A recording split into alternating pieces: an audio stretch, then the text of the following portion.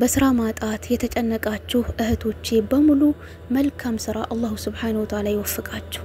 እንዲሁም አላህ Subhanahu Wa Ta'ala ሰብሩን ይስጣችሁ ከሰብሩ በኋላ መልካም ነገር አለና ማለት ነው ሰላሙላህ አለይኩም ወራህመቱላሂ ወበረካቱ ሐባይብ كرام እንዴት ናችሁ ዛሬ አጠር ያለች መልእክት ማስተላለፍ ፈልጋለሁ መልእክቴን ሼር አድርጉልኝ ባረከላሁ ፊኩም በተለይ በአሁን ሰዓት ላይ ስራ ተተው ቤት ለተቀመጡ እህቶቼ ማለት ነው ይህ መልእክት ለነሱ እንዲደርስልኝ ፈልጋለሁ እስኪ ስለ ትዕግስት ስለ ሶብር አንዳንድ ነገር ማለት ተፈልጋለሁ ኢንሻአላህ አላህ Subhanahu Wa Ta'ala በያላችሁበት ይጠብቃችሁ ትዕግስቱን ይስጣችሁ እንዲሁም ደግሞ መልካም ስራ ይወፍቃችሁ ያልኩኝ በዚህ ዙሪያ ላይ አንዳንድ ነገር ማለት ተፈልጋለሁ ውዶቼ ዱንያ የፈተና አገር ነች ወደዚች ዓለም ስንመጣም ልንፈተን ነው ፈተና ቢበዛብን ደግሞ እንደ ክፋት አንቁጠረው ከታገስ ለመልካም ነውና ማለት ነው ነብያችን አሚን አለይሂ ሰላቱ ወሰለም እንዲህ ይላሉ አላህ በባሪያው ላይ መልካም ነገር ከፈለገለት በዱንያ ቅጣትን ያፈጥንበታል ይላል በባሪያው ላይ መጥፎ ነገር ከፈለገበት ደግሞ ምንም ሳይቀጣው ከነ ኃጢያቱ የውሙል ቂያማ እስኪገናኘው ይተዋዋል ይላል ስለዚህ አላህ Subhanahu Wa Ta'ala እኛን ይፈትነናል በህመም በስራ ማጣት በቤተሰብ በብዙ ነገር ማለት ነው በዛ ላይ ደግሞ ትዕግስት ማድረግ አለብን ምክንያቱም አጅር የሚያድገው ፈተና ባደገ ቁጥር ነው ፈተና ሲበዛብን ሶብር ካደረግን አጅራችን እያደገ ይመጣልናል ማለት ነው አላህ Subhanahu Wa Ta'ala ህዝቦችን ከወደዳቸው ይፈትናቸዋል በብዙ ነገር ይፈትናቸዋል አላህ ስለሚወደን ነው ትዕግስት ካደረግን በዚያ ነገር ላይ አላህ Subhanahu Wa Ta'ala ትልቅ አጅር ትልቅ ምንዳን ይሰጠናል ማለት ነው ታዲያ ፈተናውን ወዶ የተቀበለ ሰው ውዴታ ይኖረዋል የተቆጣም በላዩ ላይ ቁጣ ይኖርበታል ይላል ስለዚህ በሚመጡብን ፈተናዎች ሁሉ ላይ ትዕግስት ማድረግ አለብን በሶብር ማሳለፍ አለብን እንዲሁም ወደ አላህ Subhanahu Wa Ta'ala መቃረብ አለብን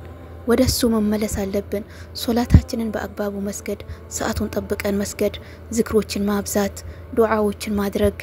ወደሱ የሚያቀርበንን ነገር በመስራት አላህን ከለመነው አላህ Subhanahu Wa Ta'ala ቅርብ ነው ለኛ ማለት ነው ዱዓችንም ይቀበለናል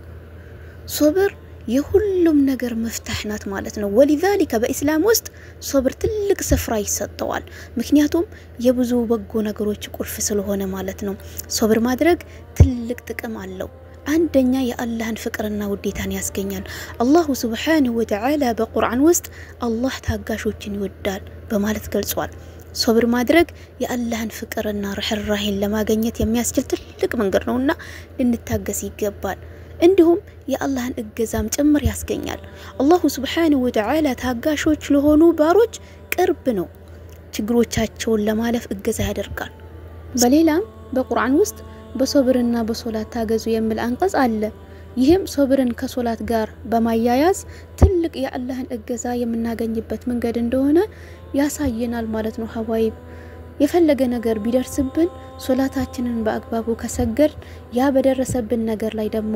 ሶብር ካደረግ አላህ Subhanahu Wa Ta'ala እንዲያግዘን ይነግረናል ማለት ነው ስለዚህ ሁላችንም በሚደርስብን ነገር ላይ ትዕግስት ማድረግ አለብን መጀመሪያኛ ራሳችንን ማስተካከል አለብን ሐባይብ ውሏችንን ማስተካከል አለብን ከነማን ጋር ነው የምንውለው እንዴት ነው የምናሳልፈው ስለዚህ አሁን አንዳንድ ሰዎች 24 ሰዓት የሚሳደቡ ሰዎች ጋር ሄደው እዛው ውለው ጊዜያቸውን ያባክናሉ ማለት ነው ያለ ምንም ነገር በኮሜንት እየተሰዳደቡ ሙስሊም እህቷን እየሰደበች በብሔር በጎሳ እየተቧጨቁ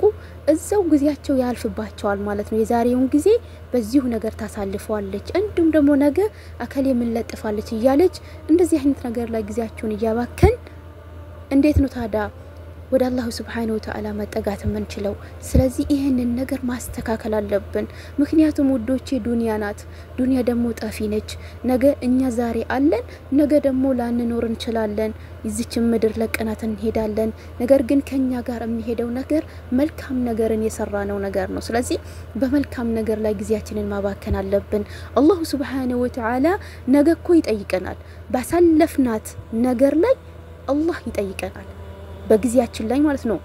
ጊዜያችንን በምንድን ያሳለፍነው በመልካም ነገር ላይ ነው ወይስ በመጥፎ ነገር ላይ ነው የሚለውን ነገር ራሳችንን መፈተሽ አለብን ማለት ነው